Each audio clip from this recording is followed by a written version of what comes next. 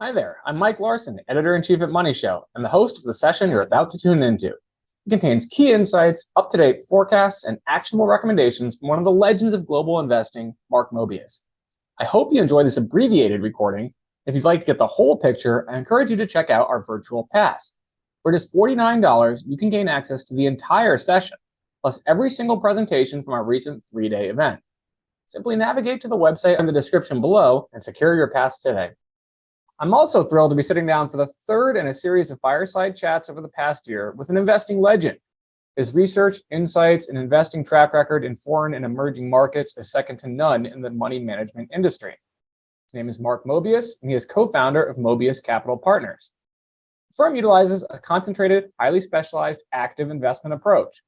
It also puts an emphasis on improving environmental, social, governance, and company culture, an approach dubbed ESG+C.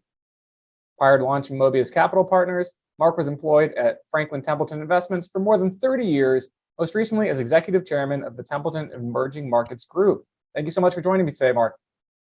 Thanks, Mike, and for that great introduction, great description of what we do.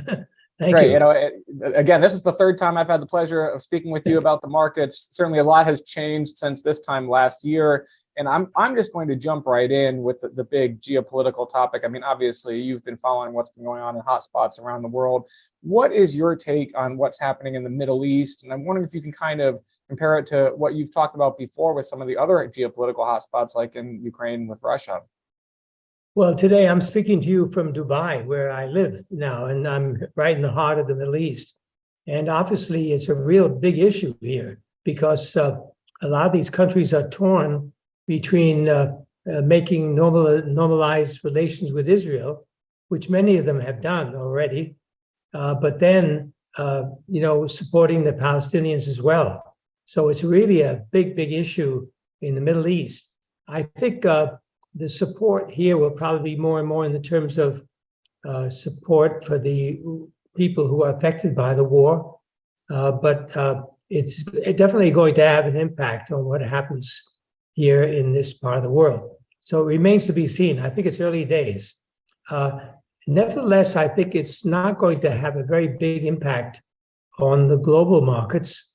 We're invested in India, primarily in Asia, but also in Latin America. And in those areas of the world, we don't think this is going to have much impact. Of course, this is just one added problem for the U.S. When you look at Ukraine as well.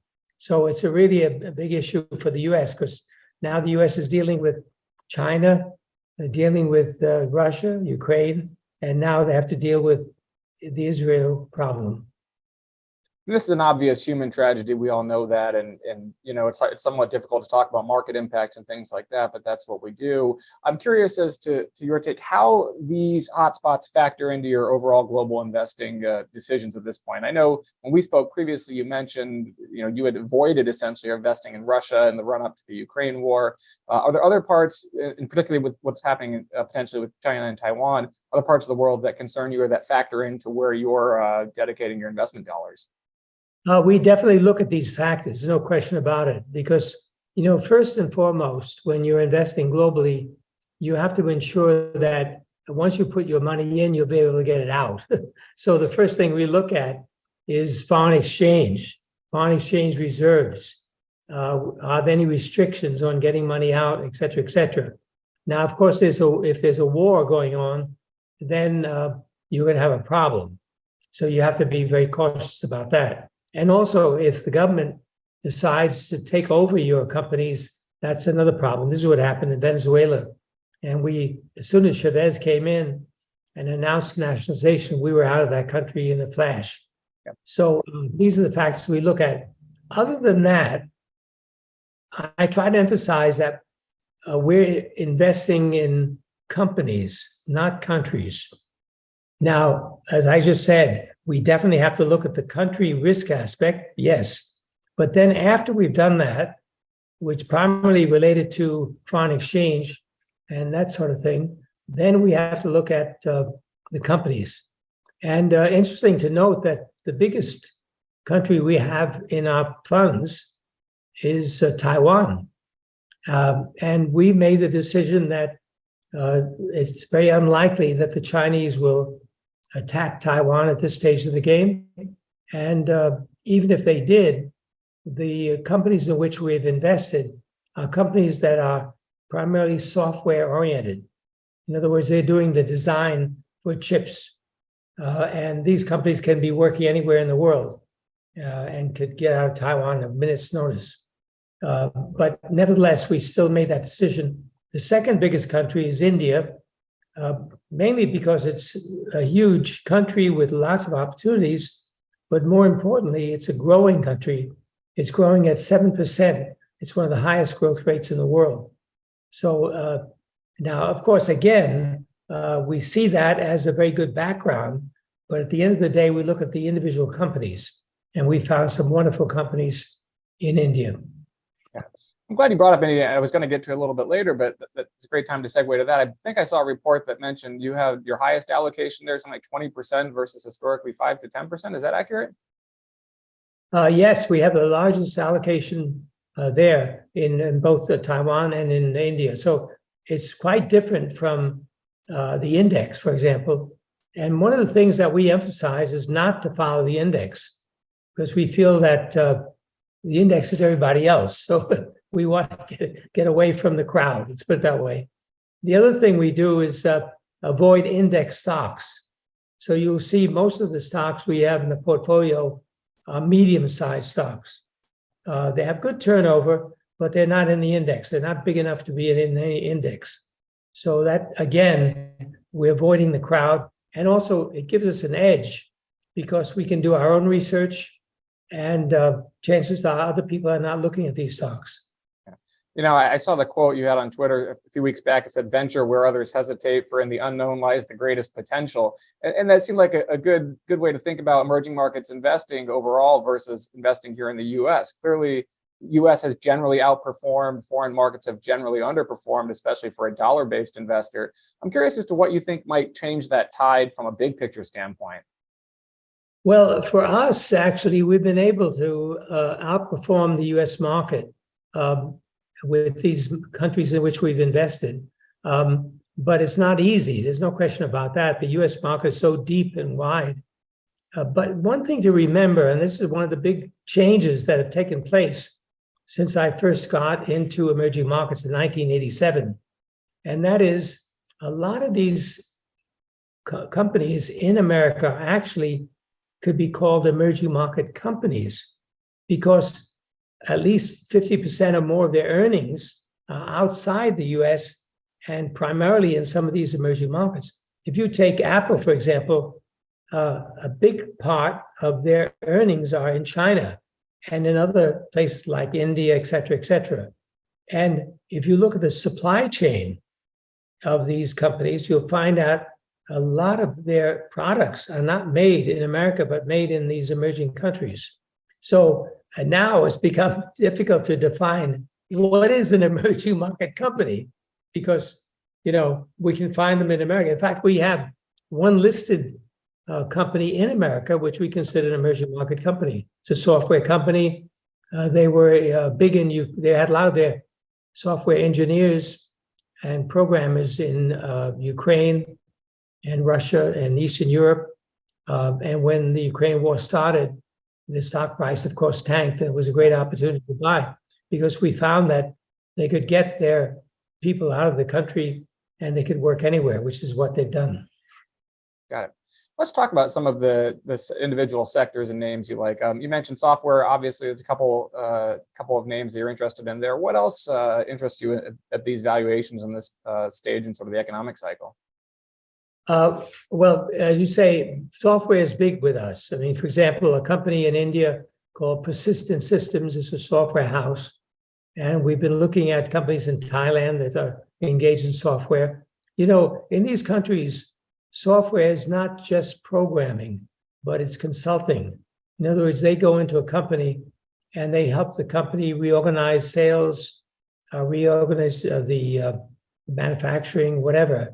And of course, they use software to implement these designs. But at the end of the day, it's really consulting. So that's one area we look at. In India, we looked at many, many things. We looked at healthcare. We're involved in a company that does testing, medical testing. And then we have a company that does tubes, pipes and tubes for infrastructure. So it really depends on, where the opportunities are. But one of the things we always look for is companies that have a high return on capital and low debt.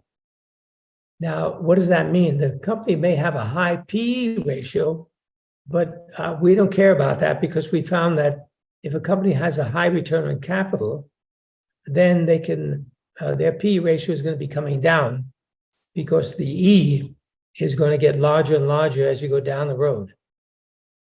Yeah. I think the last time we spoke, another area of interest to you was semiconductors. I'm wondering if that's still something that's attractive at this stage? Definitely, semiconductors is the name of the game now. Everybody needs semiconductors. And that's why Taiwan is so big for us, because TSMC, Taiwan Semiconductor Company, is the largest producer of high-grade, high-end semiconductors. And the companies in which we invest are the companies that support the design of those semiconductors. So you have many of these companies that are doing terrific work and working with TSMC. TSMC takes the design and actually does the manufacturing. Let's talk mainland China for a little bit here. I know that you talked a little bit about what what the government there is attempting to do in terms of promoting tech and tech companies in China. Do you think that's an opportunity as well, or do some of the geopolitics and other issues keep you, at a distance, I guess? Well, you're absolutely right. I mean, if a lot of people talk about the housing crash in China, last month I was in China and I saw these so-called ghost cities. But the emphasis of the leadership in China now is first and foremost technology and semiconductors. So there are going to be much more money going into that area, R&D, et cetera. So there will be opportunities.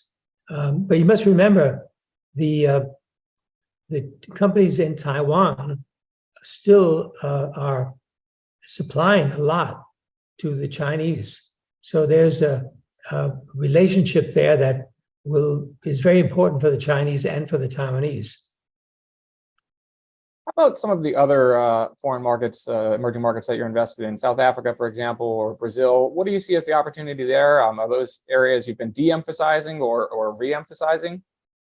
In South Africa, we think the consumer market is most interesting. And there we've invested in a pharmacy chain there. In Brazil, it's software again. We think there's great opportunity. A lot of consolidation is taking place. Companies are buying out other software companies. In Turkey, it's a very interesting case because here you have a country that's had, 70% devaluation of the Turkish lira. And you would think, God, as a dollar investor, aren't you losing money? And the answer is no, because we are taking advantage of the low-cost lira by investing in companies that are earning in dollars. So we have a software company there that earns in dollars. And of course, their costs are in Turkish lira. So you have the advantage of, a very cheap cost base, but a high sale base. Same thing is true of a company we have there, which produces jeans. So they are exporting jeans and also being able to raise their prices in line with the devaluation against the dollar. Can you talk a little bit about the economic and sort of inflation policy environment in some of these countries that you invest in and contrast it with the US? I mean, everybody here watches what the Fed news is and so on, so they have a pretty good handle on what's going on in this market. I'm curious as to how that's different in some of these overseas markets you operate in. Well, unfortunately, all these countries, maybe almost without exception, decided to follow the US in printing money. So they had an incredible increase in money supply. And of course, when you have a increase in money supply, you have high inflation, which the US experienced, and now these countries also experienced. The good news is that many of these countries did not go as far as the US in printing and expanding their money supply. So they've been able to pretty much keep the inflation at a reasonable level. As I mentioned, however, you have a case like Turkey where inflation is 70+%, and you just have to adjust to that. So it's a global phenomenon. And now with the US tightening, you're seeing these countries also tightening and reducing their inflation rate. Hi there, Mike from MoneyShow again. I hope you enjoyed this sampling of our recent online session featuring Mark Mobius. But again, if you'd like to catch the whole briefing and every other online presentation during the entire 3-day event, simply navigate to the website in the description below and buy your MoneyShow virtual pass. It only costs $49 and it's well worth the investment. Take care.